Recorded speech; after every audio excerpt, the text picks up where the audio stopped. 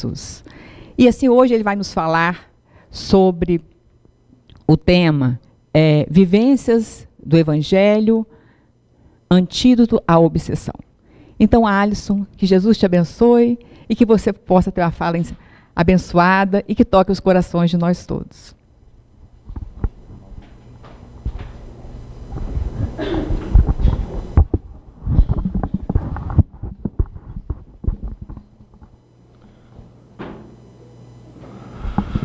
Votos cordiais de saúde e paz a todos. Começa hoje a Semana Espírita do Irmão Tomé, mas ao mesmo tempo nós nos despedimos neste trabalho da noite. E eu gostaria de aproveitar esse momento para agradecer àqueles que organizam, e eu agradeço em nome de Roberto Damasceno o convite desta casa para abrirmos esta Semana Espírita, por me dar a oportunidade de retornar à Vitória e encontrar corações tão queridos, que são tão importantes, não só desta casa, mas como da comunidade Esperança. E aproveito aqui os que estão presentes e trabalham e que frequentam aquela casa, que levem também o abraço fraterno. E ao mesmo tempo me dá a possibilidade de alastrar esses laços de afeto, quando vai nos apresentando a condição de falarmos em outras casas. Pois lembro muito de Paulo de Tarso, quando ele dizia: nós nos devemos uns aos outros, porque temos as nossas fragilidades. E na medida em que vamos alastrando esses laços, vamos encontrar forças. Porque aquele que busca ser um cristão verdadeiro, não que já tenha alcançado, mas que busca ser, ele necessita tomar a sua cruz. E é exatamente com as amizades que a divindade nos permite formar que sentimos as nossas baterias recarregadas para mantermos essa cruz no ombro até chegarmos no final à meta que todos nós estamos buscando. Após aquele momento em que do mais velho aos mais novos foram soltando as pedras, porque não tiveram coragem de apedrejar aquela mulher diante do questionamento do Mestre Jesus. Segundo o Evangelho de João, ele deu a continuidade e falou de maneira muito clara: eu sou a luz do mundo. Quem me segue não anda em trevas, mas terá a luz da vida. Confesso que, ao me preparar para este trabalho da noite, num tema tão importante, porque vivemos um momento de uma grande epidemia de obsessões, ao ler esta frase eu disse: iniciaremos a partir daí. Porque afinal de contas, o que nos falta? Quando o próprio Mestre naquele momento nos diz uma afirmativa tão clara e enfática,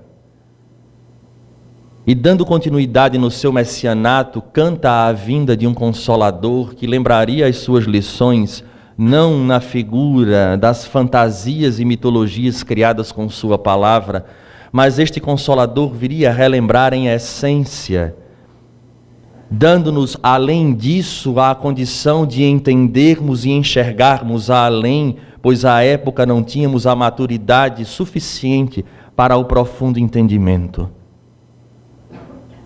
Podemos imediatamente entrar no que é a obsessão e na necessidade da vivência deste Evangelho, mas precisamos mergulhar de maneira mais profunda para fazermos esta incursão como a doutrina espírita e o seu codificador nos convoca para utilizar da razão, do bom senso, para descortinar a nossa intimidade e compreendermos de maneira fácil, cabendo apenas a boa vontade e a vontade firme de superar os próprios limites, e se não se ver livre completamente deste processo, mas passar por ele de maneira mais feliz. Óbvio que Jesus nos trazia a proposta do amor, que resumirá todo o antídoto, mas precisamos esmiuçar E a doutrina espírita, cumprindo com a sua promessa, em sendo consolador, trazendo Jesus à tona novamente, coloca a sua marca e a bandeira de que realmente era aquele que fora prometido, porque não só lembra, mas agora apresenta-nos através da página da razão para que possamos ler com clareza.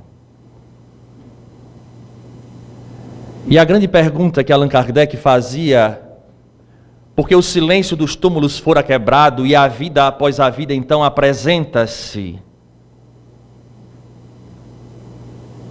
E ali ele pergunta, em uma das mais famosas questões do Livro dos Espíritos, a 919, qual o meio prático mais eficaz de se melhorar nesta vida e resistir ao mal?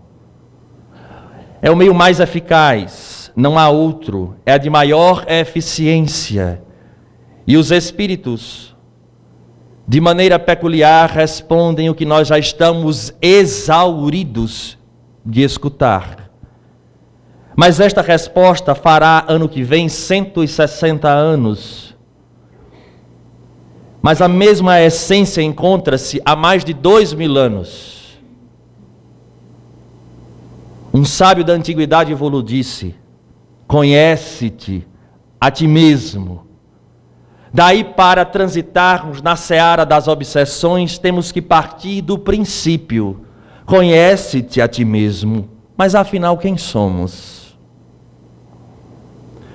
Para um grande grupo de pessoas, talvez sejamos um amontoado de células, que estas juntas formam os tecidos e estes os órgãos, que funcionam de maneira maquinal e que dentro de determinado tempo haverá determinadas situações que a área de saúde denomina como patologias, que vêm a desorganizar esta grande indústria, ou este complexo celular que o levará a termo.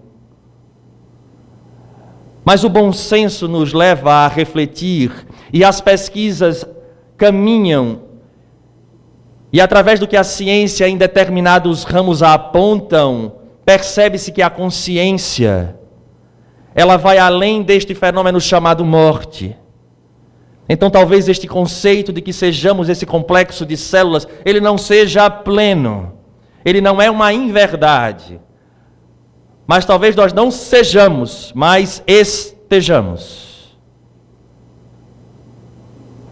Mas a ciência avançou, e Freud nos abre o universo do inconsciente, dessa mente poderosa que nós não conseguimos usar nem próximo a 10, talvez 15%, porque para nós falarmos em porcentagem, faz-se necessário conhecer o todo. Só usamos 2%, e por um acaso nós sabemos quanto é o 100%?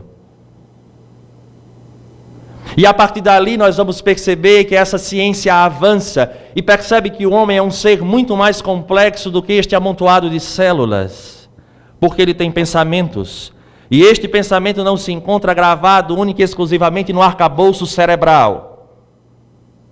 Surge a figura de Jung, e nós sabemos que houve um namoro, no sentido filosófico subjetivo, da figura de Freud com Jung, e ambos ali se encontram e têm aquele sentimento de Freud para com Jung como se fosse um pai para com o seu filho.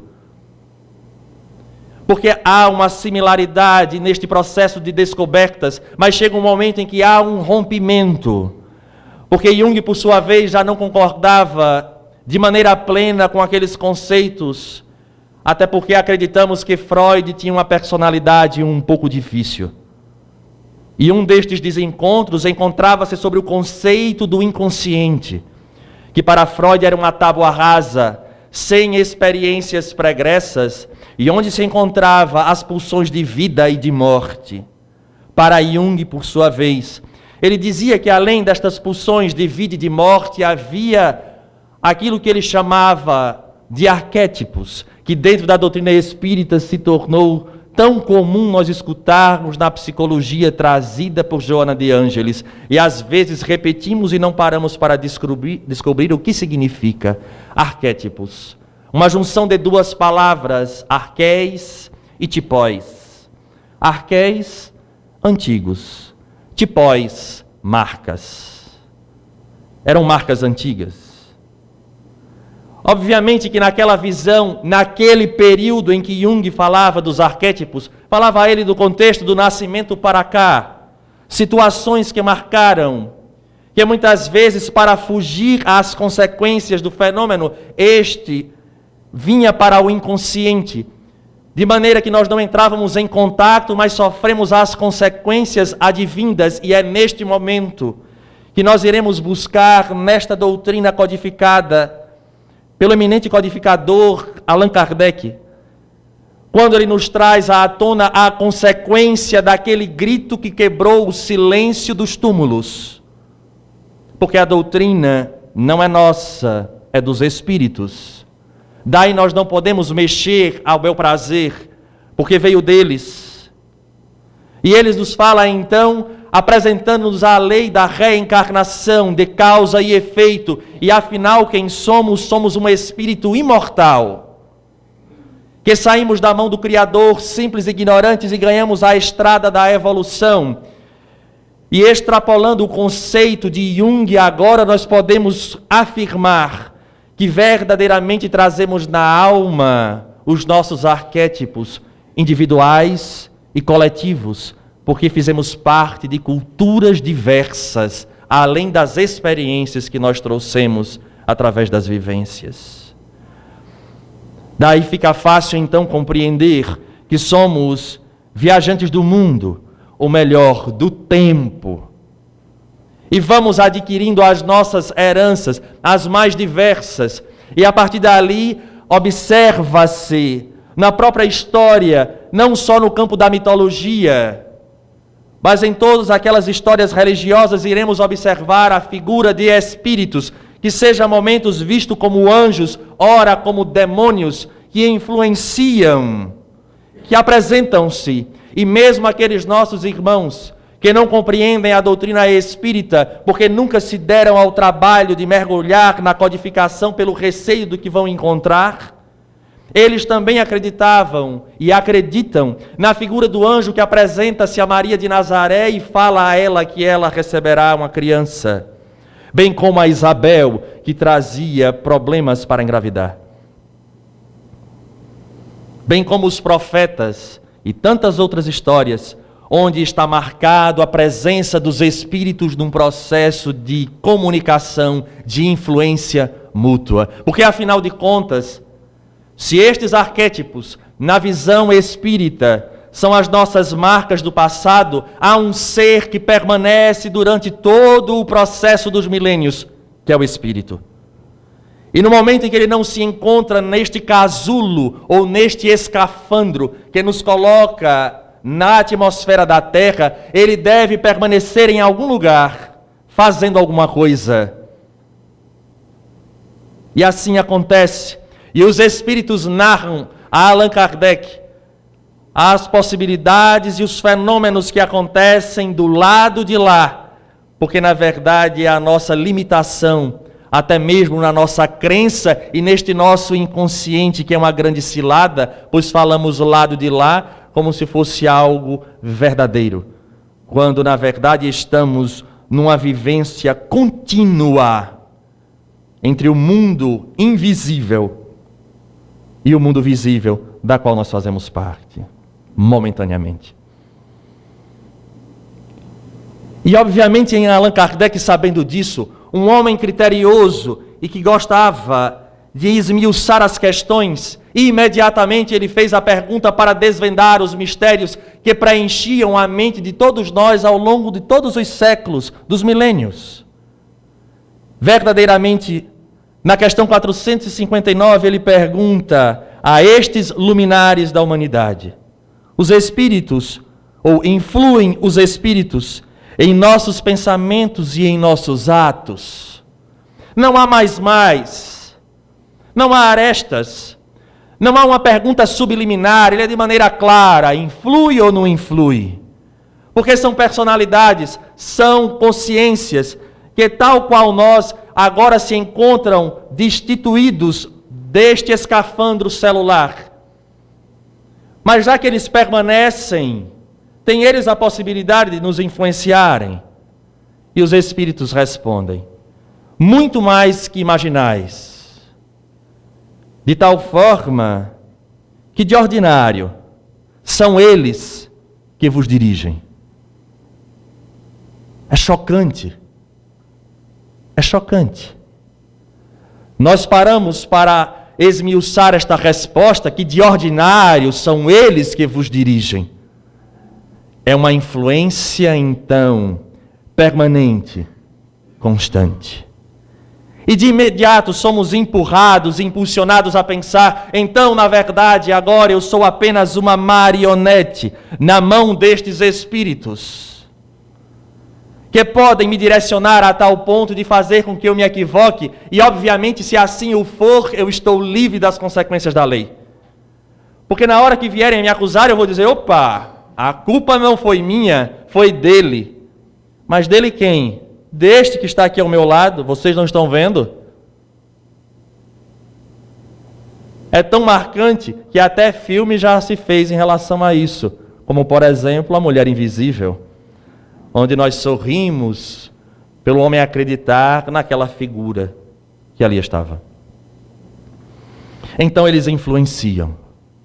E continuando este estudo desta relação do invisível para com o visível, Allan Kardec se nos apresenta a obra magistral, que deve ser visitada, revisitada, estudada, chamada de o maior compêndio de comunicação ou de uma instrução para a comunicação com os espíritos, chamado Livro dos Médiuns.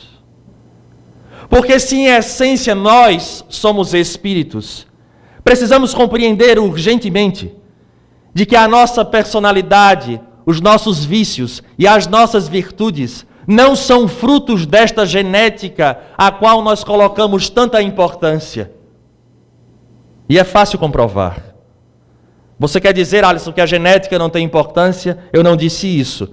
Ela apresenta uma certa influência, mas não completa. Peguem irmãos siameses ou univitelinos, onde apresentam a mesma carga de DNA.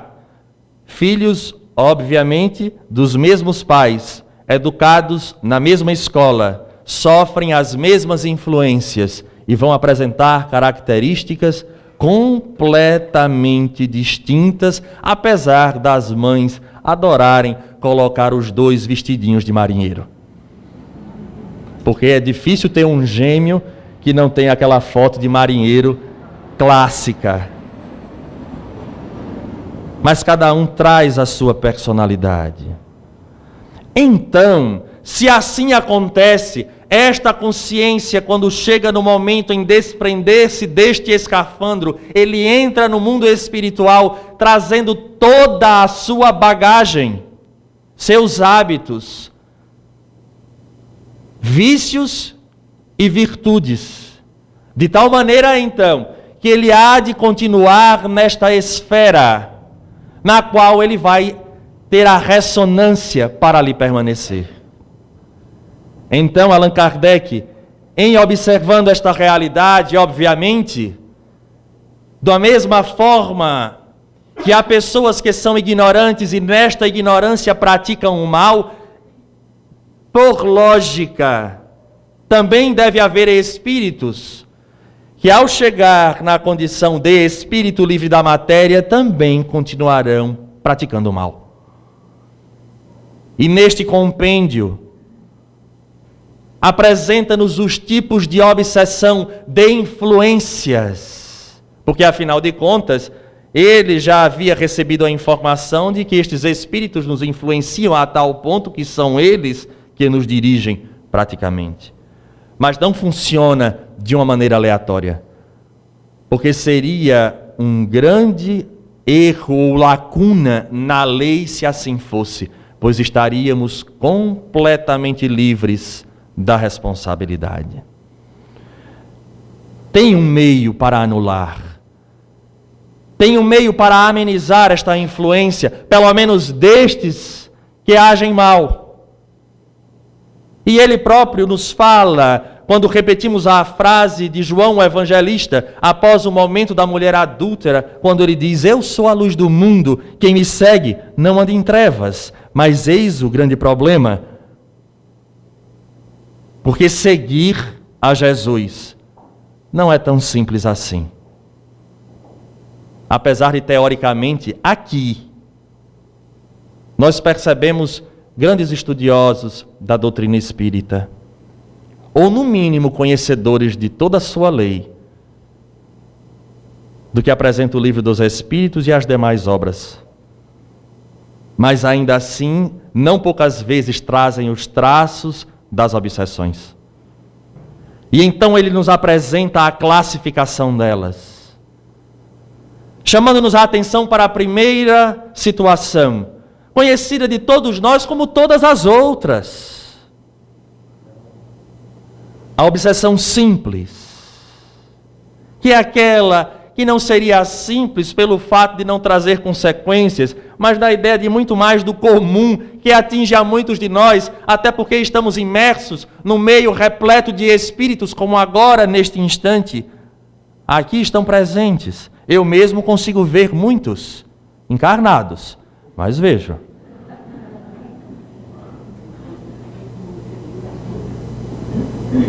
Então há a influência desses espíritos. Mas por que, Alisson?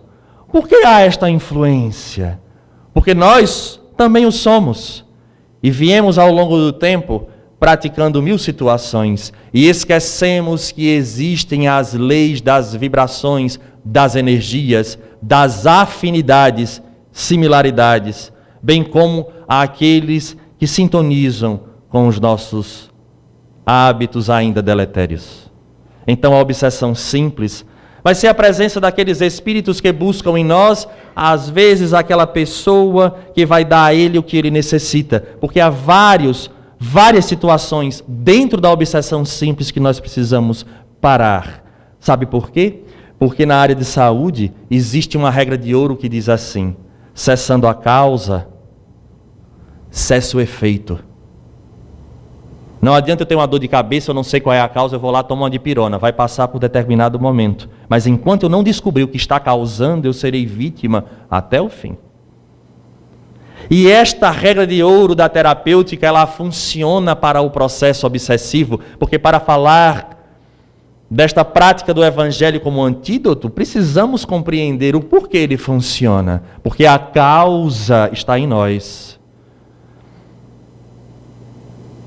E se ao final desta nossa prosa percebermos a obsessão por um ângulo diferente, vamos acreditar que chegamos ao objetivo que estamos tentando passar. Porque talvez eles não sejam tão inimigos quanto nós achamos que o são. Então vamos ver dentro das obsessões simples.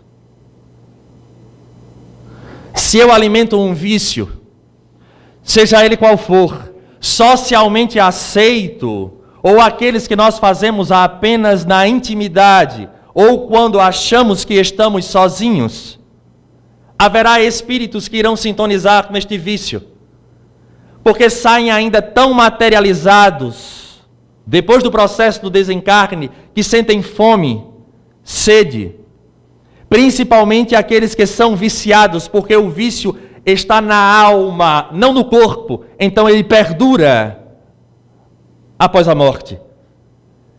Só que deve ser uma grande agonia, é um sofrimento para o espírito, ele precisar, por exemplo, do álcool, e ele não encontrar do lado de lá.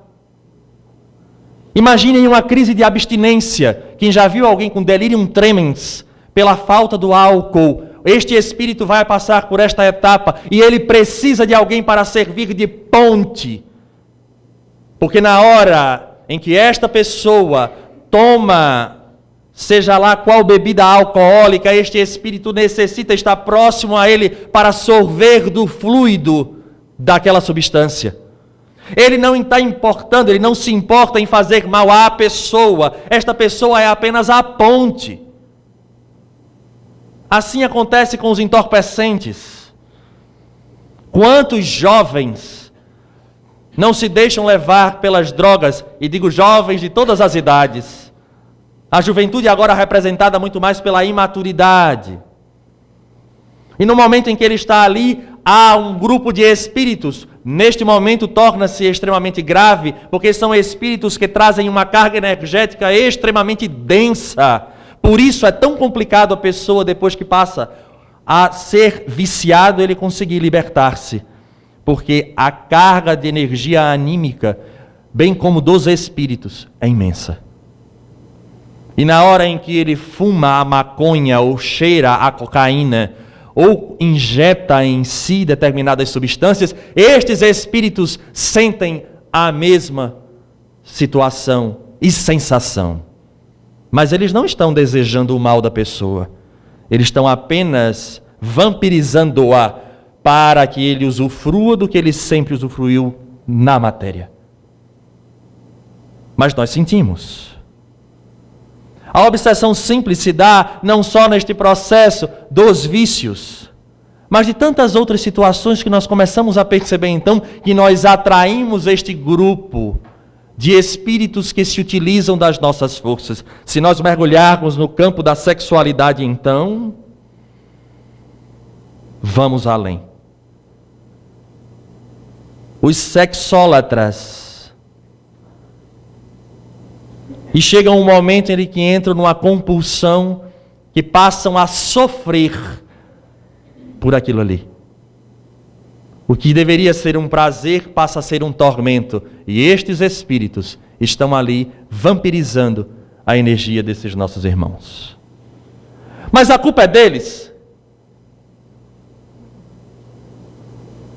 Eu queria uma sessão de descarrego, toma passe, toma passe. Agora água magnetizada, toma água magnetizada. Alisson, eu nem bebo mais, eu tomo banho de cuia. Vocês sabem o que é cuia? Sabe, na minha terra tem cuia. Eu já estou tomando banho de água magnetizada. Mas será que a culpa é deles? A maledicência, o ressentimento, o ódio, a inveja, todos estes são fenômenos que moram em nós e que estes espíritos sintonizam, porque vibram na mesma realidade. Nós vivemos a lei de afinidade. Então a causa da obsessão simples, veja quantas situações. E a causa não está neles, está em nós. Mas há também, obviamente, ninguém aqui é criança espiritual, porque aqui está todo mundo já numa idadezinha bem avançada, mesmo os mais novos. Não tem ninguém aqui espírito novo, que sabe que nós trazemos um passado complicado. E os espíritos dizem, dá uma olhada na tendência hoje. Vê lá o que é que você tinha coragem de fazer. Porque se hoje você ainda tem um impulso violento, ontem esse impulso virava ação e o resultado era constrangedor. Qual a lei onde está incluído todas as leis e o profeta? A lei de amor. Mas a proposta era, conhece-te a ti mesmo, então que seja um momento de tirarmos e desafivelarmos as nossas máscaras no silêncio dessa palestra. Ninguém precisa se mostrar para ninguém. Só nós sabemos o nosso mundo interior. Não conseguimos mergulhar com tanta profundidade, mas nós conhecemos as nossas tendências de verdade. Quando alguém nos contraria, cria situações das mais complexas para nós, qual é o primeiro impulso? Agora multiplique isso por N. E começaremos a desenhar quem nós fomos ontem.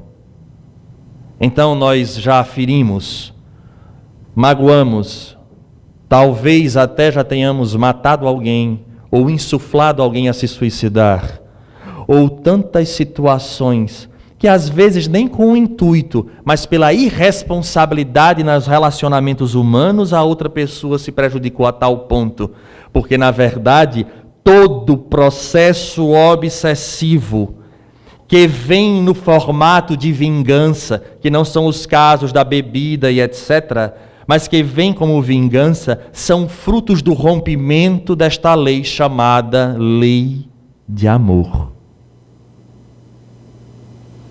Nós traímos, nós machucamos, nós ferimos, nós decepcionamos, nós.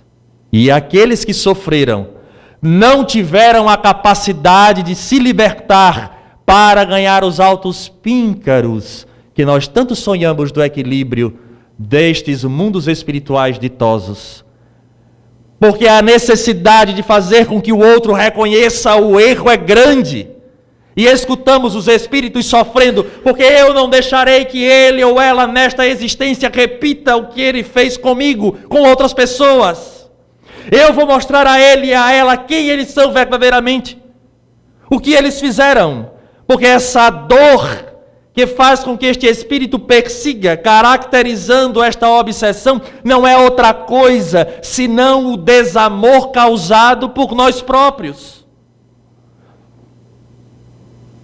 Porque nós temos o hábito da deseducação de não arcarmos com as nossas responsabilidades e escolhas desde cedo. Porque papai e mamãe dizem, ô meu filho, não era assim, mas não deixa arcar com a consequência. Passa a mão na cabeça. É o amor ainda infantil. Mas quando nós ferimos, aí vem a bênção do esquecimento. Contudo, a lei é justa. E está marcado no nosso perispírito, e através deste magnetismo espiritual, estes de ontem descobrem, porque ninguém sai ileso à lei. Ninguém. Aqueles de ontem que conseguiram escamotear da sociedade da época o crime que cometeu, chega nesta existência e receberá as consequências através destes processos obsessivos. Que às vezes começam como, por exemplo, através de fenômenos como doenças degenerativas como o Alzheimer. Mas por que, Alisson?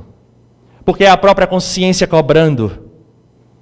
Você escondeu de todo mundo, mas não esconde das leis divinas. E este processo então se torna mais severo. Porque estes espíritos são inteligentes, tanto quanto nós que estamos aqui. Agora eles têm uma vantagem, que Paulo de Tarso apresentou de maneira peculiar. Nós estamos cercados por uma nuvem de espíritos. Então eu posso esconder para todo mundo, mas deles eu não escondo. E é o momento onde eles aproveitam para nos cercar.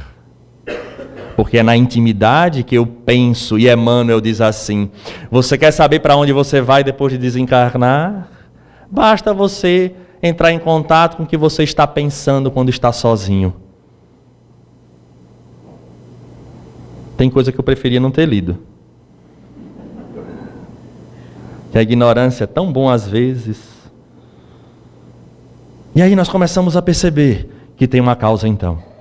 E eles agora pedem a vingança. Mas este pedido de vingança, quando nós iremos escutar, nada mais é do que um grito inaudível de dizer, eu ainda o amo, mas este amor você deslustrou, você maculou.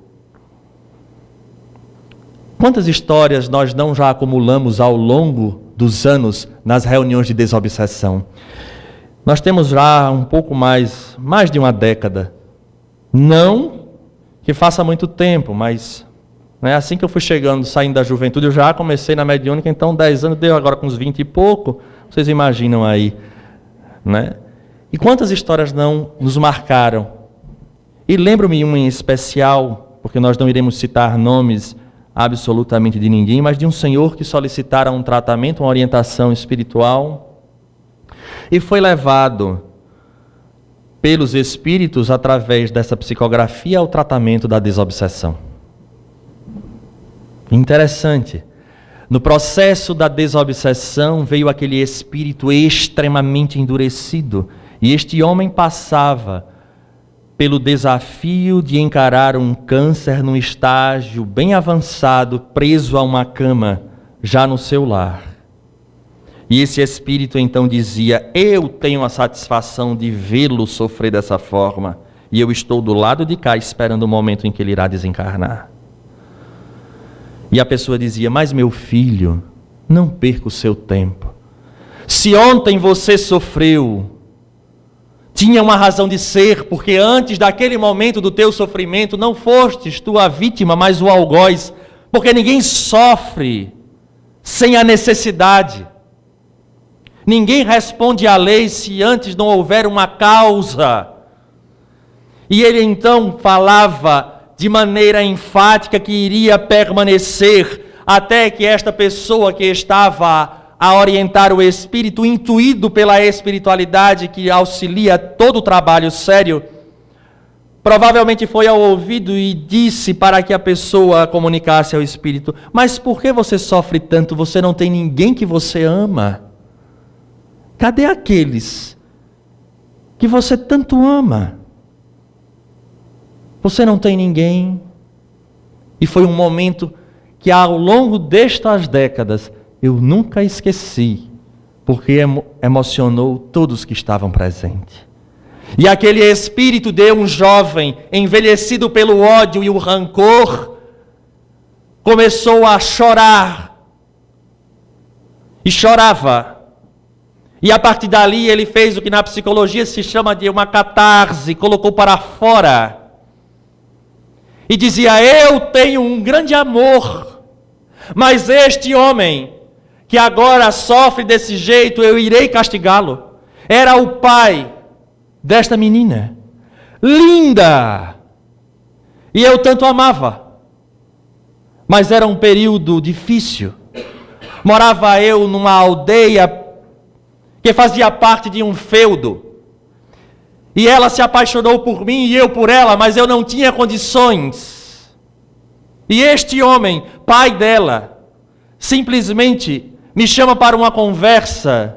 Lembro apenas que eu era esteio da família, minha mãe e um irmão que era doente, porque meu pai já havia morrido. E me chamou para uma conversa e disse: termine esta relação, porque se você não fizer, eu matarei a sua família. Mas antes que você o faça, eu não quero nem que você fale. Eu quero que você escreva uma carta, me entregue, e eu agora lhe dou a chance de voltar ao seu lar e que você suma desta região. É a chance que eu lhe dou. E então, dizia ele, eu escrevi a contragosto, porque pensei na minha mãe e no meu irmão, e o entreguei. Mas ele foi covarde, porque ao invés de me libertar, trazendo no peito a minha dor, ele me prendeu e me jogou a um calabouço e entregou a carta à filha, que é de angústia, ou com que angústia eu não fiquei, sem ter a oportunidade de falar aos meus o que havia acontecido, preso numa região infecta, onde havia pessoas que já haviam morrido, ratos que roíam o corpo. Eu enlouqueci. Eu tinha fome e sede. E neste processo do enlouquecimento e da fragilidade física, eu caí ao chão e não tinha mais forças e morri sendo corroído pelos ratos. Como eu o odeio! E agora? Ele era realmente este obsessor? Ou será que ele foi fruto de não conhecer a terapêutica trazida por Jesus de Nazaré e ampliada pela doutrina dos Espíritos? Quem somos nós para julgá-lo? E neste instante de grande dor, que lembro-me como se fosse hoje, apresenta-se após a prece a figura lirial da jovem que o amava. E ele ali entrega-se a ela, esquecendo o seu algoz, que da mesma forma agora encontrava-se preso, tanto quanto, e corroído, não mais pelo rato, mas pelo próprio câncer que o consumia, porque é a lei que se faz presente. É a obsessão simples, que de simples não apresenta nada. Mas há situações também complexas que passam de uma maneira muito mais cruel para levar a pessoa a situações ridículas, e adentra-se o segundo momento, que seria a fascinação. Espíritos que se aproveitam deste conteúdo que trazemos e das falhas que são as chagas da humanidade, no qual trazemos ainda tatuadas da nossa intimidade, o orgulho, a vaidade, e começam a influenciar, apresentando-se como espíritos elevados, classificados talvez como pseudo-sábios, fazendo com que estes médiuns, trabalhadores e tantas outras pessoas se isolem numa ilha de um pseudo-conhecimento, achando que todos estão errados, só ela está certa, ou ele, como queiram. Este processo da fascinação é caracterizado por aquela pessoa que age de maneira distinta e aqueles amigos chegam próximos e dizem: não é por aí, o caminho não é esse. Não, você não entende, você não sabe, só quem sabe sou eu. E assim afunda. Dentro de uma casa espírita, isso é um perigo constante, porque irá gerar consequências não só para a pessoa, mas para todo um trabalho. E às vezes sofremos a fascinação. E o terceiro deles, e o mais cruel, porque traz um estigma na nossa sociedade, seria o processo da subjugação, onde o espírito toma a vontade daquele ser, porque fora marcado neste passado por atitudes tão destoantes com a lei do amor, que a lei permite que estes espíritos venham em cima pela força deste magnetismo que fora gerado ontem, diante da atitude desequilibrada, e faz com que esta pessoa agora haja de forma a apresentar-se como um louco para a sociedade. Trazido no Evangelho, na figura, quando Jesus desce do monte e o Pai pede a ele: Senhor, faça alguma coisa, porque o Espírito tem hora que o joga na água, o joga no fogo, porque nós perdemos o domínio sobre a nossa própria existência, por tamanha influência marcada neste passado. Mas a pergunta cabe: quem rompeu a lei de amor? Foram estes espíritos? Ou será que fomos nós, que graças à misericórdia divina, mergulhamos neste escafandro e esquecemos do ontem, mas as consequências não deixam de chegar? Imaginemos se aquela pessoa que hoje nos fere, nos machuca, nos maltrata, nós descobríssemos que fora ela exatamente a quem nós fizemos mal da pior forma possível. Como nós nos encontraríamos diante dela? E agora, quem tem a razão? E este ciclo vai se perdurar até quando? Agora eu sou ferido, mas amanhã eu vou ferir, mas depois de amanhã a pessoa irá me ferir. Até quando? Daí Kardec classifica. E além disso, agora ele fala que estes processos de obsessão se dão em alguns níveis. Por exemplo, este que nós falamos até agora seria o nível do desencarnado para o encarnado. Destas consciências livres da matéria, que influenciam, que atingem, que buscam, muitas vezes ferir, solicitar a vingança, ou talvez usufruir dos nossos vícios. Mas uma outra forma, há também do encarnado para o desencarnado. Não acredito, Alisson. Quer dizer que eu também sou um obsessor? Sim. Não nos preocupemos. Não poucas vezes nós somos obsessores dos espíritos. Porque na hora do sono nós nos desprendemos e vamos atrás daqueles a quem estamos vinculados mentalmente. Fora os momentos de vigília. Perdi a minha mãe, porque a minha mãe, eu não aceito ela ter ido. Mãe, me ajude. Mãe está precisando de ajuda. E você está lá, não aceita a ida. E aí eu sempre digo nestes casos: não se preocupe, você também vai. Mais cedo ou mais tarde, a gente se encontra. Não se preocupe. E não aceita. Isso é uma obsessão de encarnado para o desencarnado. Que fica ali pensando, por que você foi? Você não devia ter ido, como é que você me deixa nessa situação? Óbvio que aqui, nós espíritas, nós não temos esse problema, a gente só está fazendo um estudo. Entendeu?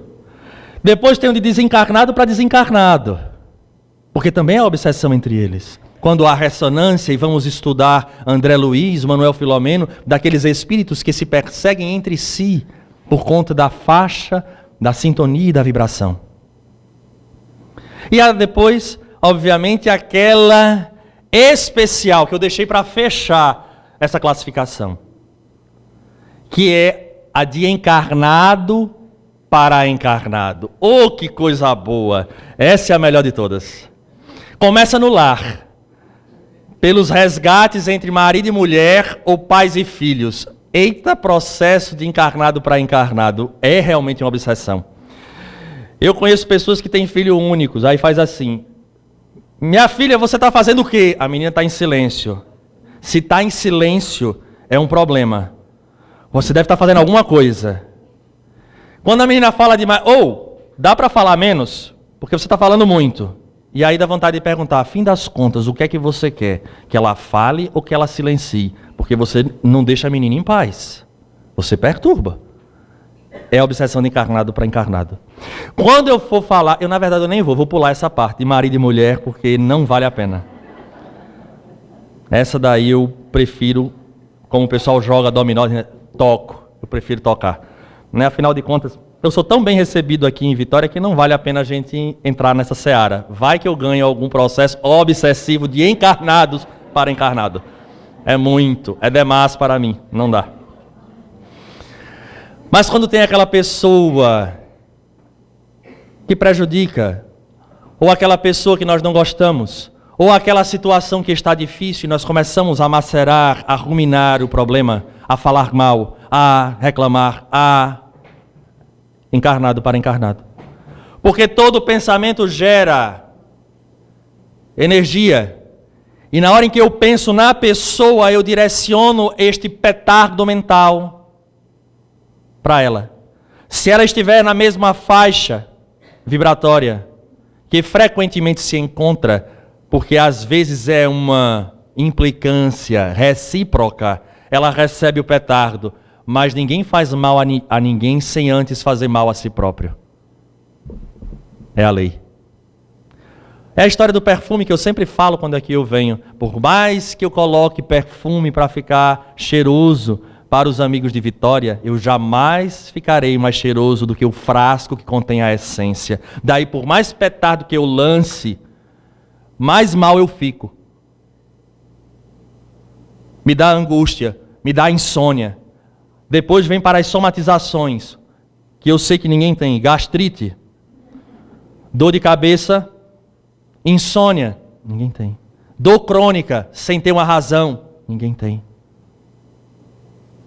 Fruto destes pensamentos, fruto desta intenção, fruto de tantas situações que nós somos os obsessores.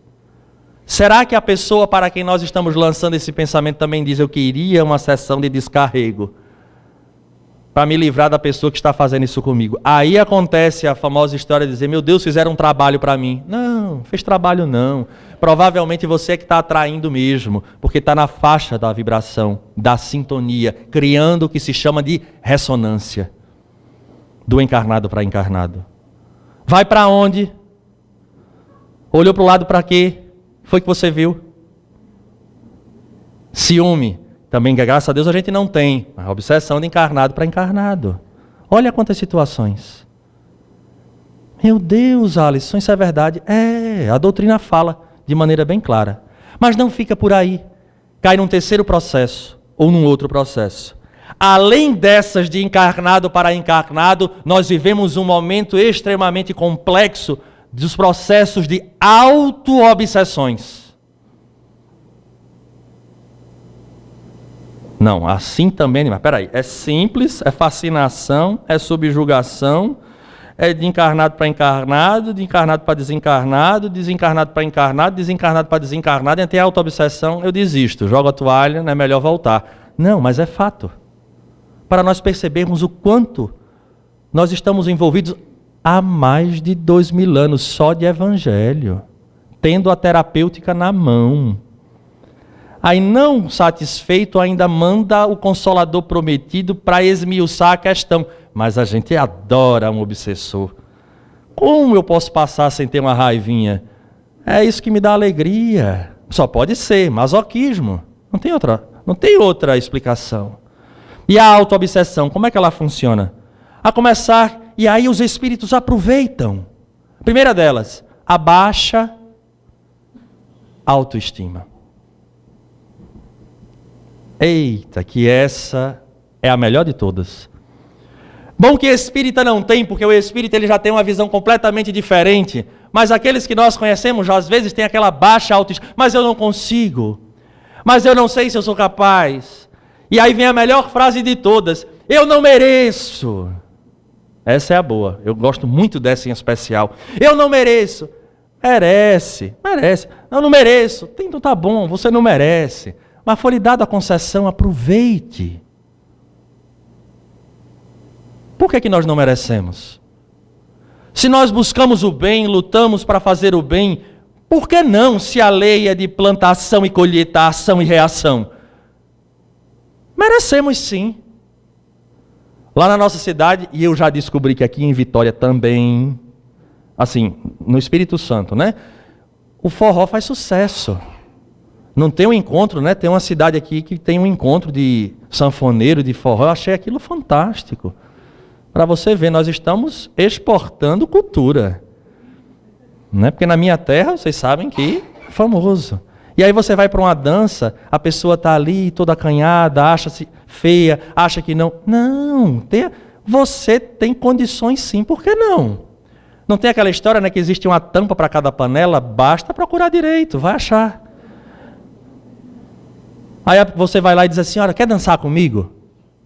Aí a pessoa, não, quero não, sabe? Que pena, vai ficar aí, passando a noite no salão, porque você não sabe o que está perdendo. A autoestima. E às vezes acontece da pessoa passar a noite ali na beira do salão e ninguém chama, só como punição pelo fato de ter negado. Aí dá vontade depois de passar dançando, bailando, se eu não disse. Mas é verdade, isso não é brincadeira. Vamos pensar que para cada um encarnado tem pelo menos 6 desencarnados, mas fomos nós que recebemos a graça de reencarnarmos. Só isso já é bastante. Para dizer, rapaz, eu fui escolhido para reencarnar. Basta isso. Eu estou tendo a chance. Daí o problema, a prova, a expiação é um momento principal da nossa existência, porque é o resgate do ontem, de tal maneira que eu vou sair daqui mais leve, porque eu vou perder meu tempo chorando com situações que aconteceram. Passou, passou. E o Espiritismo traz um pouquinho da essência brasileira, porque ele nos ensina a fazer aquilo que se diz tanto. Levanta, sacode a poeira e dá a volta por cima.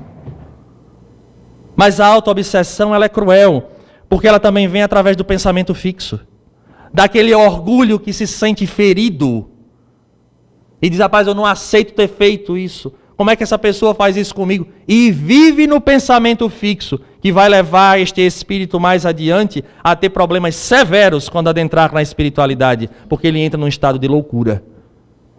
E tem pessoas que não largam. A pessoa até já fez o mal, nem lembra mais do mal que fez, mas a quem levou fica naquela história agarrado dias, meses, anos, séculos, quiçá milênios.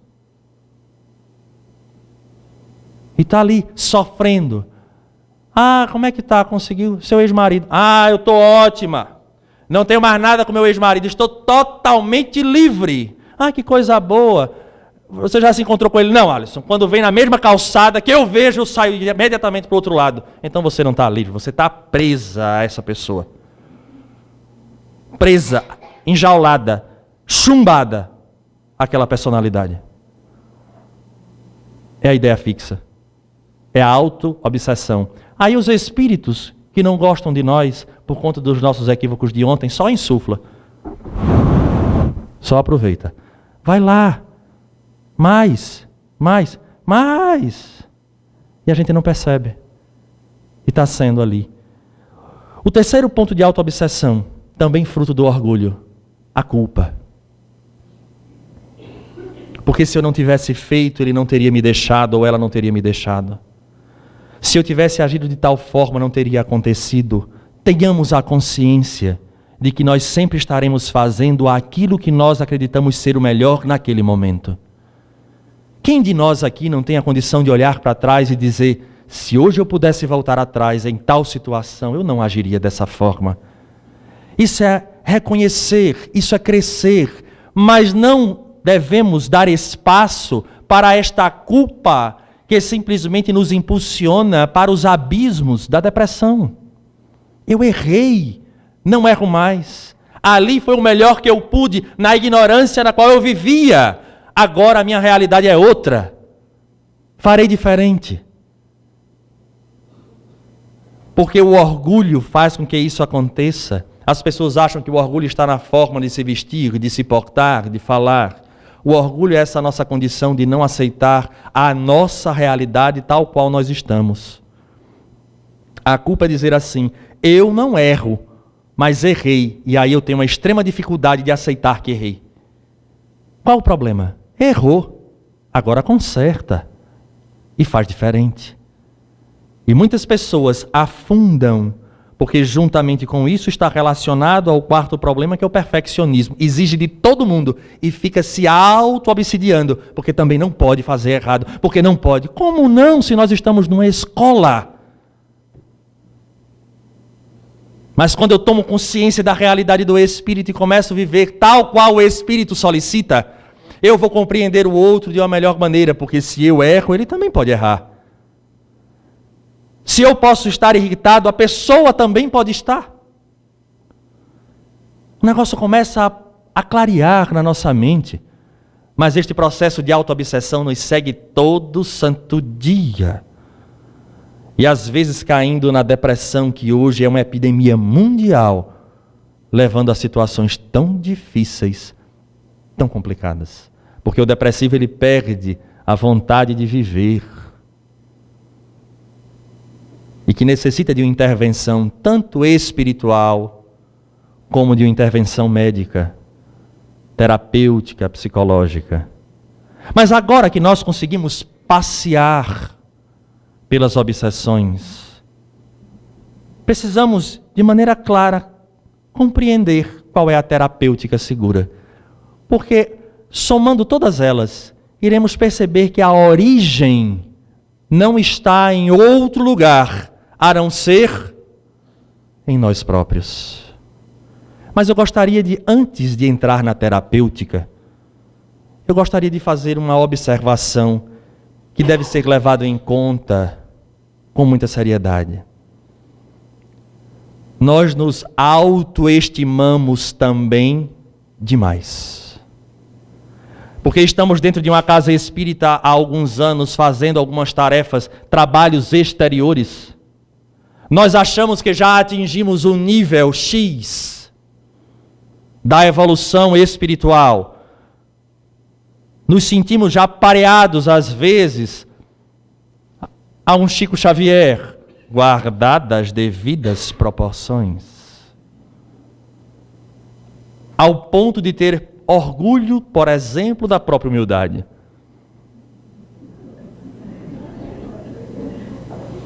E a vida, que é uma escola extraordinária, vai nos apresentar estes desafetos do ontem e do hoje, para que a atitude nos coloque na terapia do espelho e venhamos a enxergar onde verdadeiramente nós estamos.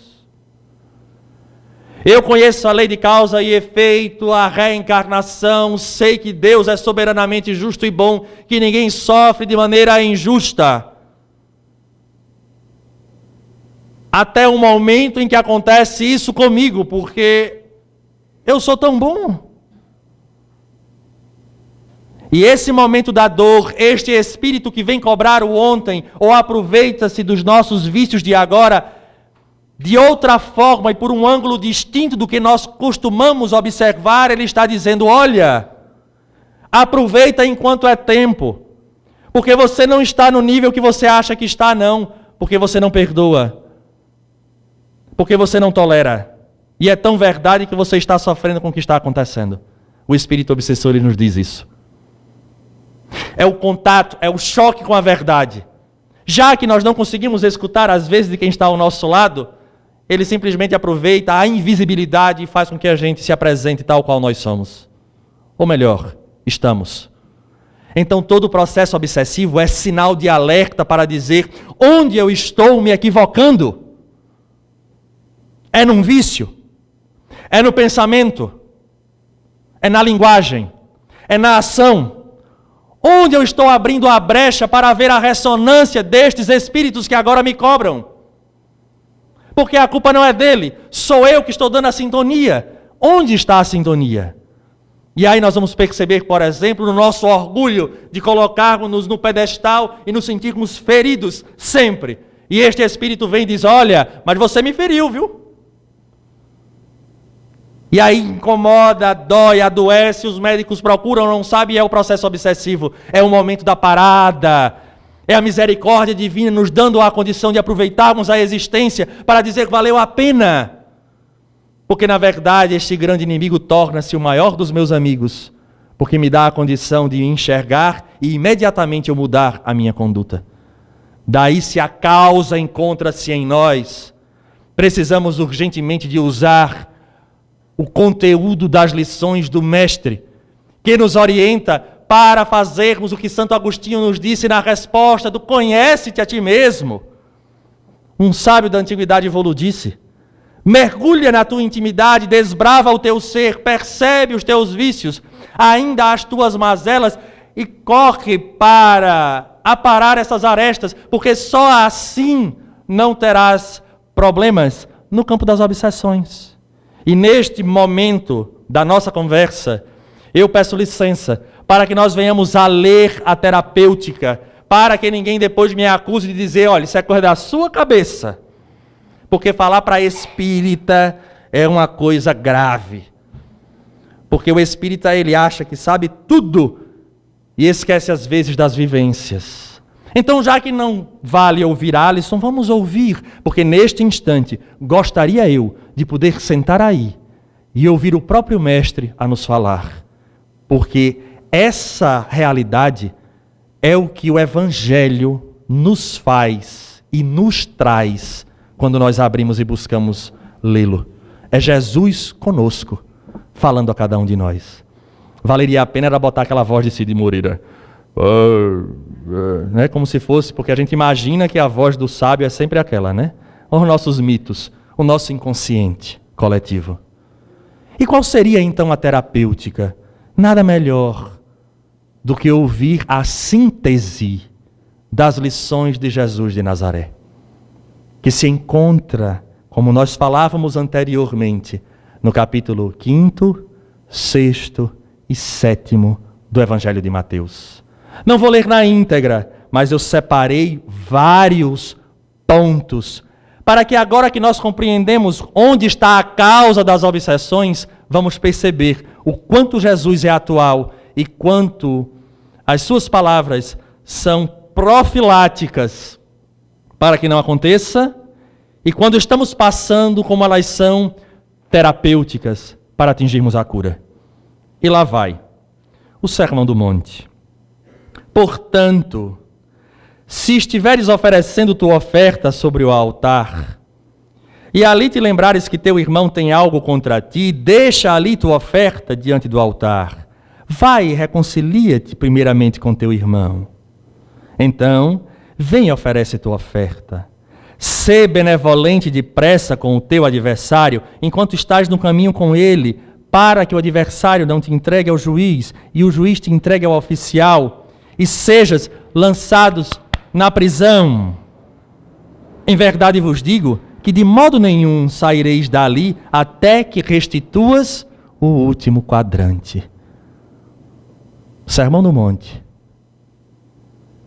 De que adianta tantas atividades, projetos extraordinários, se ainda tem um irmão no qual ainda não se afiniza contigo e já atingimos a maturidade para não virmos com aquela colocação, sim, mas e se ele não quiser? O problema é dele, não é meu não.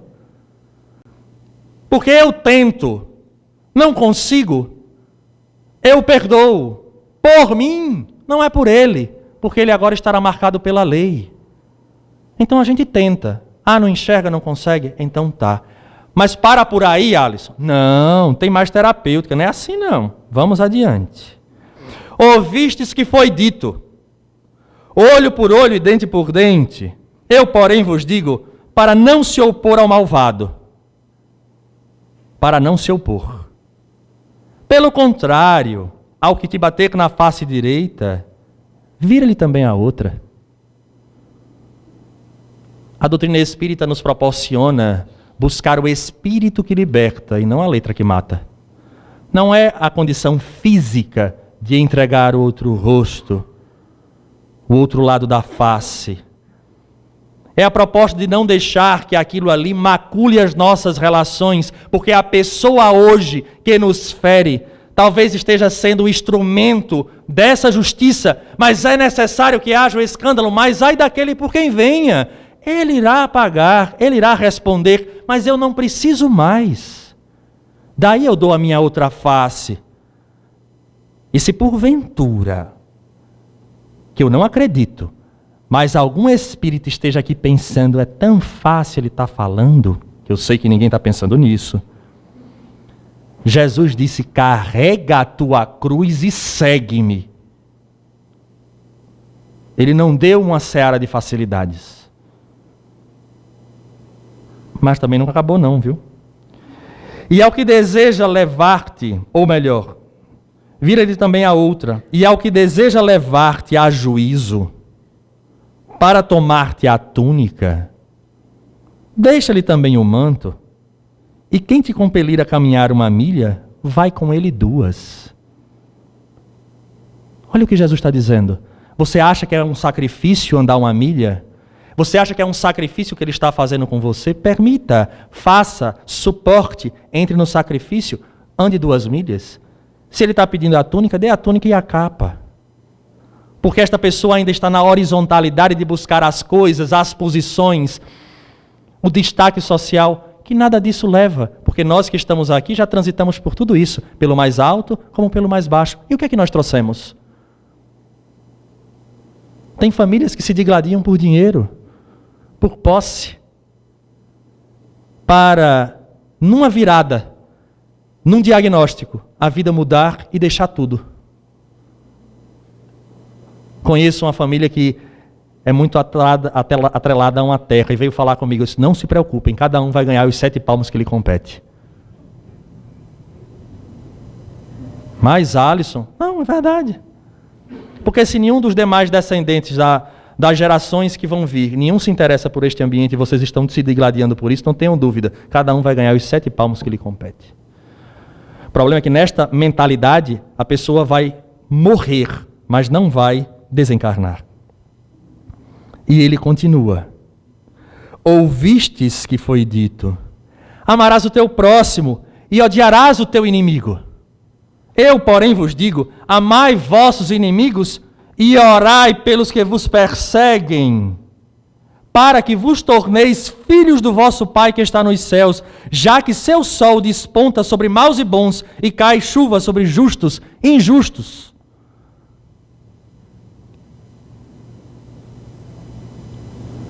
Ai, mas eu não tenho sentimento. Ele não pediu aqui que você ore amando, ele disse ore. Ore sentindo, ore pelos seus inimigos. E aí você bota lá, Pai Celeste, olha por esse nosso irmão. Tenta a segunda vez, tenta a terceira. Um dia vai chegar. Sabe por quê? Porque nós conseguimos mergulhar neste sermão de maneira muito mais profunda. Porque se conhecemos que Deus é justo, que existe a lei de ação e reação, e que ninguém sofre de maneira injusta, eu estou resgatando o meu passado, e aquela pessoa é o instrumento. para que eu me trabalhe, para que eu atinja a meta que há mais de 2000 anos nós já temos em mãos e não conseguimos. Então ora pelo teu inimigo, porque ele está sendo o grande amigo, o amigo da vez, porque ele está dizendo, olha, você ainda precisa trabalhar, não adianta vir aplicar passe não, viu? Nem tomar água fluidificada. E ele vai além, pois, se amais os que vos amam, que recompensa tendes? Não fazem o mesmo os publicanos? E se saudais somente os vossos irmãos, que fazeis de extraordinário? Não fazem também os gentios o mesmo? Portanto, sede vós perfeitos, como é perfeito vosso Pai Celestial. Porque se Deus faz nascer o sol sobre justos e injustos, é porque cada um há de responder por si. Ele não faz distinção, porque a lei é única. E esse futuro é plantado por cada um de nós. Ele não está preocupado não, o sol vai nascer. Aquela pessoa que nós não gostamos vai ter momentos de alegria e felicidade, por mais que a nossa inveja venha a falar, e dizer, mas como é que uma pessoa dessa, que faz tanto mal, é agraciada desse jeito? Imagina quando chegar do lado de lá e dizer assim, olha, você recebeu tudo de bom, você estava nas melhores posições, você teve as condições, você foi espírita. Agora, veja como você agiu. Que situação, hein? Daí ele diz, sede perfeitos, como vosso Pai. Terminou? Não. O Sermão do Monte continua. E ele continua nos dando essa terapêutica maravilhosa. Pois, se perdoardes aos homens as suas transgressões, vosso Pai Celestial também vos perdoará. Perdoará as vossas transgressões. Porque existe uma coisa chamada misericórdia. Para exemplificar o que está escrito nessa parte do Sermão do Monte, eu lembro da figura do profeta Elias, que mais adiante reencarna na figura de João Batista. Como é que morreu João Batista? Degolado. Quando ele era Elias, ele provoca os sacerdotes de Baal para provar que aquele Deus não era um Deus verdadeiro, mas o dele era. E se vamos combinar, vamos colocar umas madeiras aqui e vocês pedem ao Deus de vocês para que essa fogueira acenda. Se acender, o seu Deus é o verdadeiro e o meu não. E aí os né? Nós somos vários sacerdotes, ele é um só, com certeza a gente vai gritar mais alto e o nosso Deus Baal vai ouvir. E assim aceitaram. E começaram a dançar em torno daquelas madeiras, e a cantar, e a fazer, e a acontecer, e o povo do lado de fora, porque vocês sabem, né? Desde lá que a gente já é curioso para determinados fatos. Observe, aconteceu um acidente, todo mundo passa a 20 km por hora, porque desgraça atrai. E agora, com esta febre de rede social, nós queremos ser o primeiro a ser o correio da má notícia. Ainda tiram a selfie. Estou aqui, ó. E aí estava lá todo mundo. E não conseguiram. Ficaram exauridos. Aí ele disse, agora é a minha vez. Vou pedir ao meu Deus. O Deus de Abraão e de Jacó. E faz as preces deles sentidas, e provavelmente era um médium extraordinário de efeitos físicos. Surge o fogo. E a fogueira então sobe as labaredas. E ele, de uma maneira muito como um filho de Deus, um bom pacificador, volta para o povo que estava ao redor e diz, vamos degolar estes sacerdotes de Baal. E decepa a cabeça de todos eles. Reencarna como João Batista. E que traz uma rixa com Herodes e Herodíades. E num momento, diante da coletividade, ele diz a Herodes que a atitude dele, juntamente com a de Herodíades, por uma questão com um irmão, era promíscua e que eles iriam pagar por isso. E ele pede a Deus que a justiça caia sobre eles. O resto da história nós sabemos onde foi parar a cabeça dele. Mas aí ele chega do lado de lá e encontra os pais que eram Zacarias e Isabel. E a pergunta: pai, por que eu morri dessa forma? Eu que fui um profeta, eu que batizei Jesus, primo legítimo, eu devia ter uma regalia. E eu morro dessa maneira? Aí Zacarias diz a ele: veja bem, vamos lá, pai é pai, né? Você numa existência anterior, aí ele conta toda a história que nós acabamos de falar. Quando você se digladia com a figura de Herodes, você pede para eles a justiça divina. Já que você pediu a justiça, para eles, a justiça recaiu sobre você. Agora, se você tivesse pedido a misericórdia, não teria acontecido isso. Você não morreria dessa maneira. Pois se perdoardes aos homens as suas transgressões, o vosso Pai Celestial também vos perdoará. Se porém não perdoardes aos homens, o vosso Pai também não perdoará as vossas transgressões. Mas ele vai além. Porém, se o teu olho for mau, teu corpo inteiro estará em treva. Portanto, se a luz que há em ti é treva, quão grande é a treva? Ninguém pode servir a dois senhores, pois ou odiará a um e amará o outro, ou se apegará a um e desprezará o outro. Não podeis servir a Deus e a Mamon. A quem nós servimos? Porque quando nós servimos a um Senhor, seja ele qual for no campo da matéria, nós representamos a quem servimos. Quando eu vou em nome da indústria, quando eu vou em nome da universidade, quando eu vou em nome de algum local, eu sou representante, não é a individualidade Alisson, é o que eu represento. A quem nós representamos? Nós espíritas. Não, eu acredito em Deus, Jesus é o guia e modelo. Represente-o então. Através de quê? Da palavra fácil, daquela que envolve, de todo o conhecimento intelectual que a doutrina espírita me dá, que me dá o diagnóstico de todos aqueles que me cercam, dos processos obsessivos, da lei de causa e efeito, que funciona como uma prescrição perfeita para todas as pessoas que nos cercam, exceto para nós. Não, não é possível. A quem nós representamos? A quem nós servimos? Está aqui, isso é o Sermão do Monte. E aí ele vai além. Não julgueis, para que não sejais julgados. Isso faz parte do Sermão do Monte.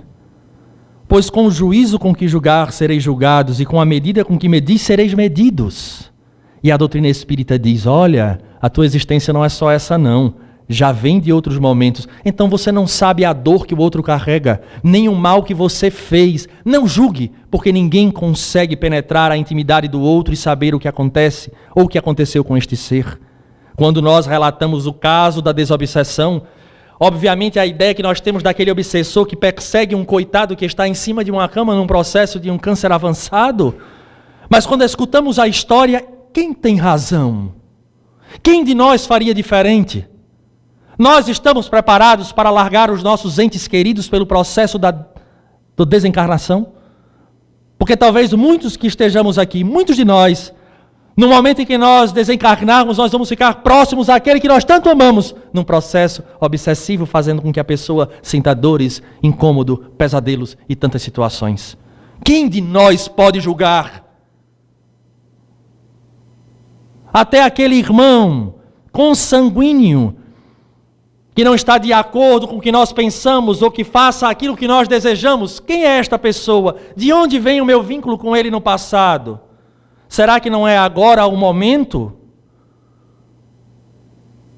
No Sermão do Monte ele disse: aproveita, deixa a tua oferenda aqui e vai, reconcilia-te. Para reconciliar não cabe julgar, porque nós não sabemos. Porque este que nos obsidia hoje, através da brecha que nós damos, ou já demos, é fruto dessa situação, porque nós julgamos e lavramos uma sentença que apresentou-se, ora, como o homicídio, ora, como a traição, ora como situações diversas e que volta no mesmo núcleo. Será que numa casa espírita as pessoas que estão vinculadas são realmente de graça? É aleatório? Será que no seio das nossas famílias são espíritos que agora estão na primeira experiência uns com os outros? Será? Porque o Evangelho segundo o Espiritismo diz assim: se nós soubéssemos a teia que nos liga uns aos outros, mais impressionados ficaríamos com a sabedoria divina. E aí ele pede: não julgueis para que não sejais julgados, pois com o juízo com que julgais, sereis julgados, e com a medida com que medis, sereis medidos. E ele continua: por que vês o cisco no olho do teu irmão e não percebes a viga no teu olho?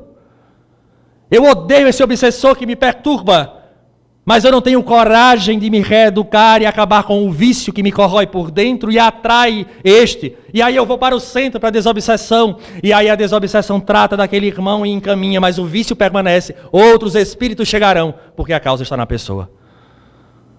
É aquele que bebe frequentemente e não sabe por que de uma hora para outra surge aquela vontade. Rapaz, eu não estava nem pensando, mas me veio uma vontade tão grande. Ah, não sabe não? A doutrina espírita esclarece. Porque há espíritos que estão ali sedentos, precisando, e você é a ponte. Mas Alice, é só um copinho. Mas eles estão afim de um mesmo, porque é um daqui, é um dali, outro dali, e assim vai. A proposta tríplice de Jesus: ama a Deus e ao próximo como tu amas a ti mesmo. É necessário amar a si. Se consciente destes fenômenos nós não escolhemos o que é melhor para nós, imagina, quem vai escolher? Ou como dirás ao teu irmão: deixa que eu retire o cisco do teu olho, e eis a viga no teu olho. Hipócrita, retira primeiramente a viga do teu olho, e então verás em profundidade para retirar o cisco do olho do teu irmão. Será que isso não nos acontece? E ele vai além e diz assim: porventura colhem-se cachos de uvas dos espinheiros ou figo dos abrolhos? Por que nós exigimos tanto destes que nos cercam, se nós que somos detentores do conhecimento não perdoamos? Como é que aquele que ainda é incipiente no saber, um neófito no campo doutrinário talvez, não consiga? E nós que já temos tanto tempo? Será que não é exigir deles exatamente essa colheita de uvas dos espinheiros? Ou de figos nos abrolhos? Porque Jesus, naquele momento máximo, ao invés de reclamar, disse: Pai, perdoa-os, eles não sabem o que fazem, porque ele já tinha entendido que ele estava buscando uvas nos espinheiros. Mas nós sabemos, todos aqui, sem exceção, até os amigos internautas, que está sendo transmitido, todos, espíritas, não espíritas, católicos, evangélicos, de todas as denominações religiosas, não pode se pedir aquilo que a pessoa não tem para dar. Mas é importante essa análise ao contrário. Como é que eu exijo algo do outro se eu não tenho condições? Como é que eu quero que o outro me traga e me trate de maneira ética, crística, se muitas vezes eu não consigo, quando ele se equivoca e torna-se um instrumento destes espíritos que fazem com que eu resgate meu passado, eu não consiga agir da maneira com que Jesus, que é o nosso guia e modelo, nos solicita. Que força moral nós temos? Está aqui. Confesso aos senhores, não de maneira pejorativa, mas eu estou me sentindo hoje um pastor. E eu repito, não estou fazendo nenhuma crítica, mas porque assim, raramente eu pego o evangelho para trabalhar dessa forma. Né, eles botam o evangelho no púlpito e começam. Eu estou me sentindo assim um pastor hoje, pastor espírita. Por favor, é uma brincadeira. Mas é isso que ele fala. E aí ele diz assim, já para fechar o Sermão do Monte: portanto, todo aquele que ouve estas minhas palavras e as pratica, será comparado ao homem prudente, que edificou sua casa sobre a rocha. Caiu a chuva, vieram as torrentes, sopraram os ventos, precipitaram-se contra aquela casa, mas não desabou, pois fora alicerçada sobre a rocha. E todo aquele que ouve estas minhas palavras e não as pratica, será comparado ao homem tolo, que edificou sua casa sobre a areia. Caiu a chuva, vieram as torrentes, sopraram os ventos e chocaram-se contra aquela casa. Desabou, e foi grande a sua queda. Que maneira formidável de encerrar esse Sermão do Monte. Em outras palavras, está nos dizendo: o ser prudente nem sempre está vinculado a um entendimento e a uma crença, mas a uma possibilidade. Olha, pelo serviço meteorológico vai chover muito. Por prudência, sabendo ou não se vai acontecer, se nós não temos esta convicção, vamos sair com um guarda-chuvas ou com uma capa. Porque o ser prudente é esse que age de acordo com a informação que ele já recebeu. Jesus nos fala esse Sermão do Monte, e óbvio que eu fiz os recortes que tem a ver com essa condição da obsessão. E diz que quem ouve a palavra dele, pratica, será comparado ao homem prudente. O que seria o caiu a chuva, o vieram as torrentes, sopraram os ventos? É o que acontece na nossa vida cotidianamente. É a perda do ente querido, é o processo obsessivo que nos atinge, é o passado que se torna presente nos cobrando a reparação, são as dores diversas, os conflitos que trazemos. E ele diz: olha, segue esse sermão, porque quem ouve a minha palavra é o homem prudente, e que não vai ruir o edifício da sua existência por conta das tormentas que o mundo apresenta. Nós espíritas, em especial, além de termos o Evangelho, o Novo Testamento na sua integralidade, pelo menos do que historicamente se conhece, fazemos parte daquela promessa no qual Jesus nos deu, que seria a vinda do Consolador prometido, que nos tira da fé cega e nos apresenta de maneira clara esta influência dos Espíritos, que nada mais são do que pessoas, seres iguais a nós, destituídas deste composto celular, que amanhã faremos parte e chegaremos lá tal qual nós estamos caminhando aqui, e recebemos de maneira clara o caminho que deve ser seguido, mesmo em cima de dores e sofrimentos, pela prudência que deveríamos ter e o conhecimento que já nos chega destes espíritos que romperam o silêncio dos túmulos e passam para cada um de nós os sofrimentos que tiveram e que talvez muitos de nós tenhamos passado na espiritualidade, guardado nos nossos arquétipos. E recebemos de maneira misericordiosa esta orientação, este farol na escuridão que agora campeia em toda a humanidade. E de maneira singular nos é dado a oportunidade de vivermos conforme as nossas próprias ações advindas das escolhas.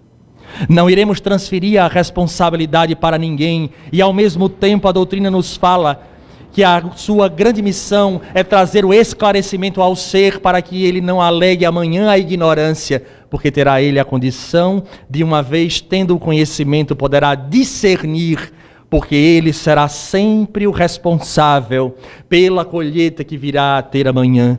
No entanto, no momento de colher, é necessário ter a consciência de que aqueles frutos serão doces ou amargos de acordo com aquilo que nós plantamos. Agora é a hora. Temos a possibilidade de aproveitar esta existência, que para muitos talvez pense ser longa, mas de uma hora para outra torne-se curta ou finda. Mas um minuto que tenhamos de elevação espiritual, olhando para trás, arrependendo-se, trazendo o sentimento sincero de lutar contra as próprias imperfeições, nos dará sempre o alívio de uma consciência que busca regenerar-se, porque a lei não é de sofrimento nem dor, mas é de misericórdia, porque ele próprio dizia que não queria sacrifícios, mas misericórdia.